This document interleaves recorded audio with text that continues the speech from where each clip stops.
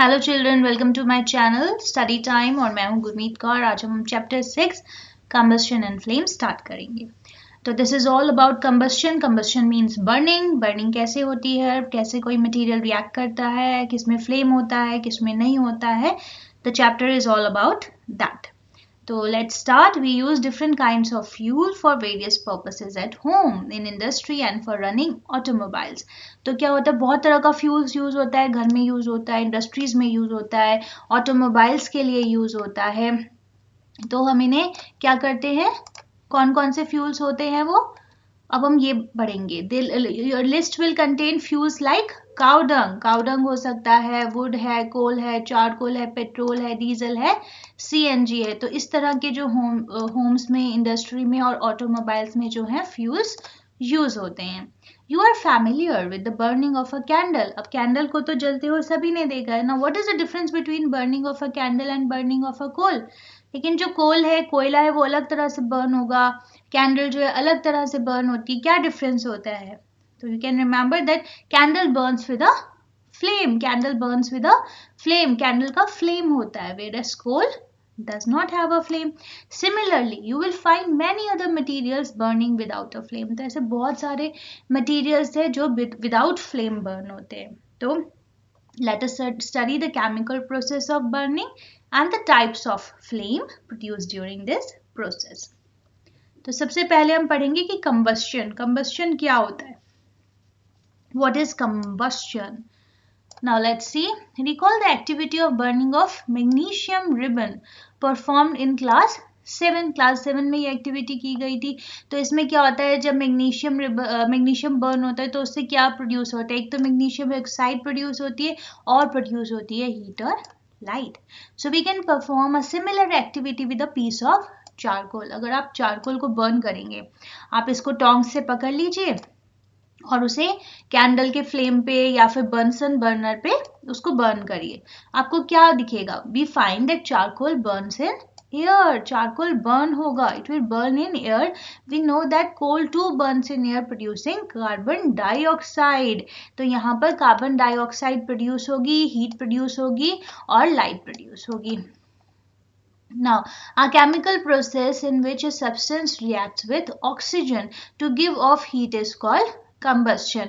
तो ऐसा सब्सटेंस जो कि बर्न होता है, तो केमिकल प्रोसेस एंड सब्सटेंस जो रिएक्ट करता है, ये रिएक्ट करता है ऑक्सीजन के साथ to give off heat is called combustion. तो ये एक केमिकल प्रोसेस होती है, रिमेंबर दिस. और इसमें जो सब्सटेंस है वो रिएक्ट करेगा ऑक्सीजन के साथ और प्रोड्यूस क्या करेगा? हीट भी प्रोड्यूस करेगा. The substance that undergoes combustion is said to be combustible. अब जो इस प्रोसेस में इन्वॉल्व हो रहा है, जो मटेरियल, जो सब्सटेंस रिएक्ट कर रहा है, वो सब हम क्या कहते हैं? कंबस्टिबल मटेरियल, है ना. It is also called a fuel. और यही जो होता है फ्यूल होता है. तो फ्यूल की डेफिनेशन भी यही है. द फ्यूल में बी सॉलिड, लिक्विड और गैस. फ्यूल या तो सॉलिड फॉर्म में होगा, या लिक्विड फॉर्म में होगा, या फिर गैस फॉर्म में होगा. अभी हमने देखा भी पहले कि वुड है, कोल है, वो सॉलिड फॉर्म में है. लिक्विड में पेट्रोल, कैरोसिन आ गया. गैस में आपकी एलपीजी आ गई, सीएनजी आ गई. Sometimes light is also given of during combustion. लेकिन जब कंबस्शन होता है, हीट तो प्रोड्यूस होती ही है, लेकिन साथ में कभी कभी क्या होता है, लाइट भी प्रोड्यूस होती है. Either a flame, as a flame और एज अ ग्लो. ठीक है, तो वो या तो फ्लेम हो सकती है या फिर वो ग्लो भी कर सकता है. So in the reaction mentioned above, the magnesium and charcoal are combustible substances.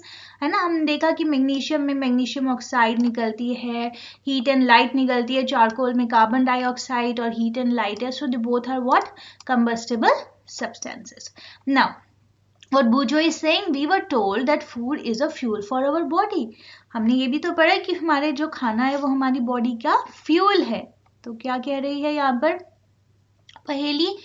Rightly so. In our body, food is broken down by reaction with oxygen and heat is produced.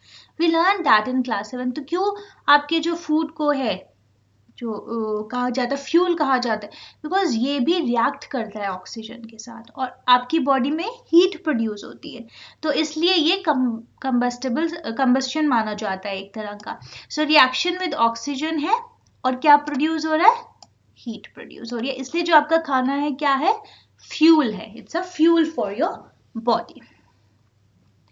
तो यहाँ पर एक activity दी गई है, let's see that. Activity 6.1. Collect some materials like straw, matchsticks, kerosene oil, paper, iron nails, stone pieces. बहुत सारी चीजें ले लीजिए materials under the supervision of your teacher. अब इन्हें burn करके देखिए. Each of the material you can burn. So combustion takes place. Mark the material combustible, non-combustible. अब जैसे wood है वो तो combustible है, जल जाएगी. पेपर है वो भी जल जाएगा. आयरन नेल्स नहीं, वो नहीं जलेंगी. Kerosene oil yes. Stone piece no. Straw yes. Charcoal भी कंबस्टेबल है, मैचस्टिक्स भी कंबस्टेबल है, लेकिन ग्लास कंबस्टेबल नहीं है. Can you name some more substances which are combustible? ऐसे आप और भी सब्सटेंसेस ढूंढ सकते हैं. You can add those to table 6.1. Now let us investigate conditions under which combustion takes place. ऐसी कौन सी कंडीशंस हैं जिसमें कंबस्शन होता है? अब इसके लिए कुछ कंडीशंस नेसेसरी होती है कि कंबस्शन होए, तो वो क्या क्या कंडीशंस होती हैं, विल सी दैट. पहले तो एक्टिविटी 16.2 है, be careful while handling burning candle, है ना. तो fix a lighted candle on a table. तो यहाँ टेबल के ऊपर आपने ऐसे कैंडल्स रख लेनी है, उसमें ग्लास चिमनी डाली गई है, ग्लास चिमनी है. Okay, over the candle and rest it on a few wooden blocks in such a way that air can enter the chimney. जैसे फर्स्ट फिगर ए में देखिए, यहाँ पे कुछ वुडन ब्लॉक्स है नीचे, जिससे क्या है, ये चिमनी रेस्ट कर रही है यहाँ पर उसके ऊपर. तो नीचे से इसका मतलब it's open. Observe what happens the flame. Now remove the blocks and let the chimney rest on the table. अब उसको क्या कर दिया है, यहाँ से उसके ब्लॉक्स निकाल दिए और यहाँ पर उस चिमनी को रख दिया गया. उसके बाद लास्ट में क्या किया गया, उसको कवर कर दिया गया. Finally put glass plate over the chimney. उसे ग्लास प्लेट से कवर कर दिया गया है. Now watch the flame again. क्या होगा तीनों केसेस में? Does the flame flicker off? Does it flicker and give smoke? Does it burn unaffected? So can you infer anything at all about the role played by air? तो यहाँ पर जो है सारा जो रोल है वो एयर का है. We find that for combustion air is necessary. The candle burns freely in case A, क्योंकि उसे नीचे से भी हवा मिल रही है, उसे ऊपर से भी हवा मिल रही है अच्छे से. When air can enter the chimney from below, उसे नीचे से भी अच्छे से हवा मिल रही है, देखिए, क्योंकि आपने वहां पे वुडन ब्लॉक्स रखे हैं. इन केस बी क्या है, when air does not enter the chimney from below, the flame flickers and produces smoke. तो यहाँ पर जो है फ्लेम फ्लिकर कर रहा है ना, वो ऐसे झिलमिल झिलमिल सा करता है और फिर उसमें से क्या हो रहा है, स्मोक प्रोड्यूस हो रही है. So in this case in C case the flame finally goes off because the air is not available. तो अब उसके पास लास्ट वाले में क्या है कि अवेलेबल ही नहीं है. यहाँ पे देखिए सेकेंड वाले में स्मोक आ रही है. तो ये सब क्यों होता है, क्योंकि उसे इनसफिशिएंट एयर मिल रही है. Now we have read that the sun produces its own heat and light. It is also some kind of combustion. अब ये जो sun है इसकी भी अपनी heat और light है, तो is it a kind of combustion? तो what happens in the sun, heat and light are produced by nuclear reactions. जो इसमें heat और light produce होती है वो nuclear reaction से produce होती है. You will learn about this process in the higher classes. Activity 6.3. Place a piece of burning wood or charcoal or an iron plate or tawa. तो आप एक ऐसे बर्निंग वुड ले लीजिए या फिर आप बर्निंग चारकोल ले लीजिए. आप उसे कहाँ पे प्लेस करेंगे, तवा पे प्लेस कर सकते हैं, घर में इजीली अवेलेबल है. आयरन प्लेट ले सकते हैं. Cover it with glass jar. अब आपने उसे ग्लास जार से कवर कर दिया, और अ टम्बलर और a transparent plastic jar. So observe what happens. Does charcoal stop burning after some time? Can you think of the reason why it stops burning? Obviously वो बंद हो जाएगा. क्यों? क्योंकि आपने उसकी जो है ऑक्सीजन की सप्लाई को रोक दिया है. You might have heard that when the person clothes of a person catch fire, what happened? He is covered with a blanket to extinguish fire, है ना, उनके ऊपर कंबल से उन्हें लपेट दिया जाता है. Can you guess why?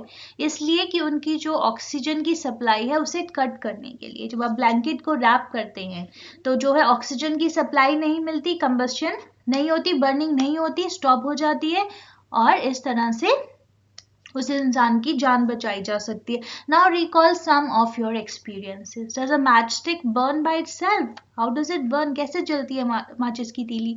You must have had an experience of burning of piece of paper. Does it burn when a burning matchstick is brought near it? Can you burn a piece of wood by bringing a lighted matchstick near it? So can you have why do you have to use paper or kerosene oil to start fire in wood or coal? So have you heard of forest fires? तो ये कितने सारे questions हैं जो दिमाग में आते हैं. तो मैचस्टिक तो खुद से बर्न नहीं होती ना, उसको आपको रब करना पड़ता है, फिर वो बर्न होती है, उसमें इग्निशन होता है. You must have had experience burning of piece of paper, वो भी जल जाता है इजली मैचस्टिक से. और आपको पीस ऑफ वुड के लिए आपको केरोसिन वगैरह की जरूरत पड़ जाती है बिकॉज उसका इग्निशन टेम्परेचर बहुत कम होता है. तो ये देखिए, during extreme heat of summer at some places dry grass catches fire from the grass, it spreads to trees and very soon the whole forest is on fire. It is very difficult to control such fires. तो ऐसी आग को संभालना बहुत मुश्किल हो जाता है. So do these experience tell you that different substances catch fire at different temperature, है ना? कोई कितनी जल्दी कैच करता है फायर, कोई कितनी देर से कैच करता है. तो the lowest temperature at which a substance catches fire is called its ignition temperature. इसी को हम ignition temperature कहते हैं. So ignition temperature क्या होता है? It is a temperature at which a substance catches fire. ये लोवेस्ट टेम्परेचर होता है उसका जिसपे आग लग जाती है, ignition temperature. So can you tell now why a matchstick does not catch fire on its own at room temperature?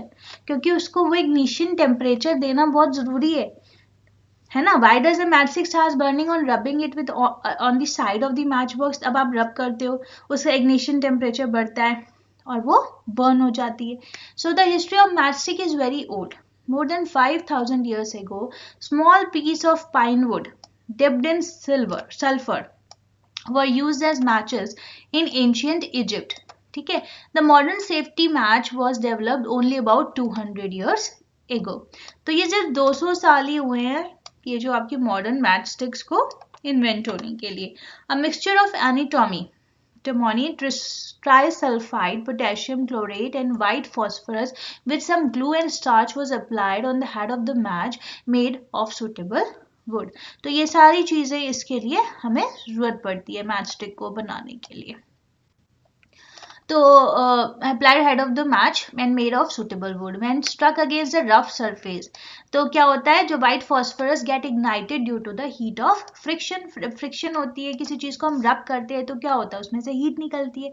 ऐसे ही जब आप मैचस्टिक को मैच बॉक्स पे रब करते हैं तो क्या होता है, हीट निकलती है, उसका इग्निशन टेम्परेचर बढ़ जाता है और आग लग जाती है. This started the combustion of the match. और इस तरह से जो मैच बॉक्स में है आपकी मैचस्टिक में है, कंबस्शन होती है. However white phosphorus prove to be dangerous.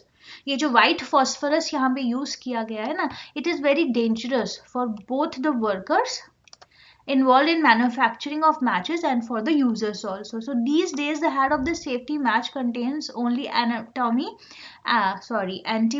of trisulfide and potassium chlorate. तो सिर्फ यही दो चीजें अब आजकल यूज होती है.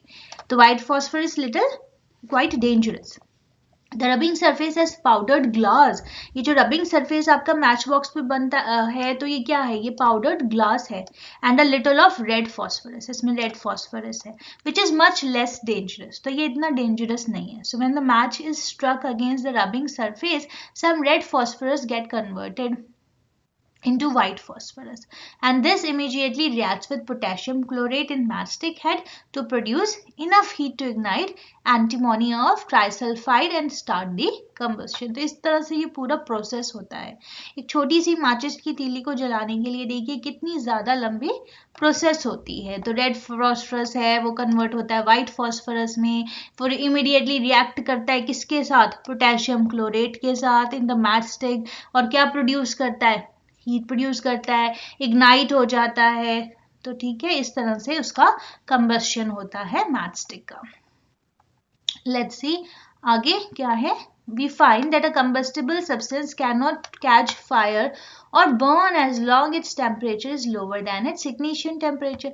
कोई भी चीज जब तक उसका ignition temperature वहां तक ना पहुंचे कि उसे आग लग जाए तब तक वो चीज कंबस्टेबल नहीं होगी, वो जलेगी नहीं. So have you ever seen cooking oil catching fire when frying pan is kept for a long on a burning stove? क्या कभी आग लग गई तेल को? नहीं.